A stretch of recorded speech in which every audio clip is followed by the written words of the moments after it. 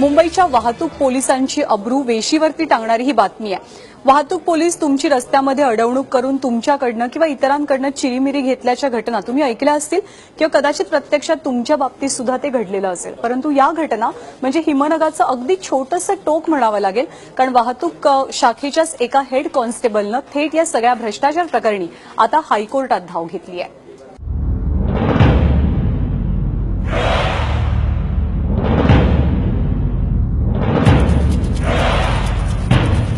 यांना traffic police म्हणायचं की भरदिवसा सामान्यांना लुटणारे रस्त्यावरील सरकारी गणवेशातील दरोडेखोर असा प्रश्न पडलाय।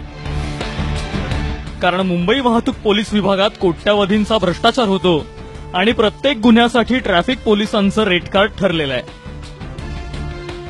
असा गंभीर आरोप हेड कॉन्स्टेबल सुनील टोके यांनी मुंबई हायकोर्टात केलाय। या प्रकरणी त्यांनी व्हिडिओ पुराव्यांसह हायकोर्टात याचिका दाखल केली आहे। पोलीस कॉन्स्टेबल ते एएसआय पर्यंत कोणत्याही पोलीस अंमलदारांना गाडीचे कागदपत्र चेक करायचा अधिकार नाही, परंतु सर्रास महाराष्ट्र पोलीसमध्ये तुम्ही कोणीही बघा, पोलीस स्टेशनचे नाकाबंदीमध्ये सुद्धा पोलीस कॉन्स्टेबल, वाहतूक विभागाचे सुद्धा पोलीस कॉन्स्टेबल हेच काम करतात। ते पैसे ते वरिष्ठां थ्रू जॉईंट सीपी ऑफिसपर्यंत जातात। मग त्यात एसीपी असतील, प्रभारी पीआय असतील, सिनियर पीआय असतील, टीआय असतील आणि हे सगळे त्याच्यात समाविष्ट आहे। अगदी खालपासून वरपर्यंत माझ्याकडे तसे रेकॉर्डिंग आहेत। सुनील टोकेंच्या दाव्यानुसार प्रत्येक विभागात 2 हवालदारांची हप्ता वसुलीसाठी नियुक्ती केली जाते।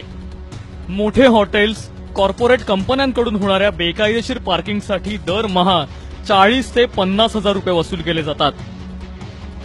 कॉर्पोरेट कंपन्यांकडून रस्ते खोदकामासाठी 50 हजार ते 1 लाख रुपये घेतले जातात।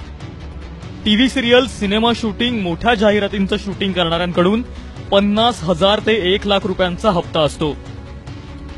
एक्झिबिशन सेंटर, नेस्को, बीकेसीच्या मोठ्या आयोजनादरम्यान 1 लाख रुपये घेतले जातात। तर ड्रंक अँड ड्राईव्ह प्रकरणी रोज 40 ते 50 केसेस होतात, पण त्यापैकी फक्त 5 ते 10 गुन्ह्यांची कागदोपत्री नोंद होते। आरोपींची आर्थिक क्षमता ओळखून त्यांच्याकडून प्रत्येकी 10 ते 50 हजार रुपये घेतले जातात। मुंबईत बेकायदेशीररित्या धंदा करणारे रिक्षा आणि टॅक्सी चालकांकडून दरमहा 1000 ते 2000 रुपयांचा हप्ता वसूल केला जातो। तर डॉमिनोज, मॅकडॉनल्ड, पिझ्झा हट सारख्या डिलिव्हरी करणाऱ्या विक्रेत्यांकडून दरमहा 20 ते 25 हजार रुपये वसूल केले जातात। प्रत्येक 2 व्हीलर शोरूमकडून 5000 तो 4 व्हीलर शोरूमकडून 10,000 रुपयांचा हप्ता वसूल केला जातो। तर प्रत्येक टँकरकडून दिवसाला 100 ते 200 रुपये घेतले जातात। सिमेंट मिक्सर, रेती, विटांचा वापर करणाऱ्या बांधकाम साईट्सवरून महिन्याला 25 ते 30 हजार रुपये घेतले जातात। तर बेकायदेशीररित्या ओव्हरलोडिंग करणाऱ्या प्रत्येक ट्रककडून दिवसाला 3 ते 4 हजार रुपये वसूल केले जातात।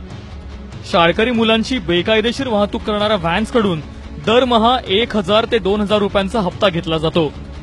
बेकायदेशीर पार्किंगची गाडी जागेवरच सोडली तर 20 रुपये वाहतूक हवालदाराला, तर उर्वरित रक्कम चौकीतील वरिष्ठ पोलीस अधिकाऱ्याला मिळते। या संदर्भात आपल्या वरिष्ठ अधिकाऱ्यांकडे वारंवार तक्रार देऊनही कोणतीच कारवाई झाली नाही, तेव्हा नाईलाजानं सुनील टोके यांनी मुंबई उच्च न्यायालयाचे दरवाजे ठोठावले आहेत। हायकोर्टात या याचिकेवर 23 जानेवारी रोजी सुनावणी होणार आहे। मात्र सध्या मुंबई पोलिसांनी यावर कोणतीही प्रतिक्रिया न देता मूग गिळून गप्प बसणंच पसंत केलंय। पोलिसांवरील भ्रष्टाचाराचा आरोप काही नवीन नाही, पण यावेळी पोलीस विभागातील एका कर्मचाऱ्यानंच गृह खात्याची लक्तरं वेशीला टांगली आहेत। त्यामुळे भ्रष्टाचार, काळा पैसा आणि पारदर्शकतेवर गळा काढणाऱ्या मुख्यमंत्र्यांनी स्वतःच्या घरातील स्वच्छता मोहीम हाती घेतली तर फार बरं होईल। अमेय राणे, एबीपी माझा, मुंबई।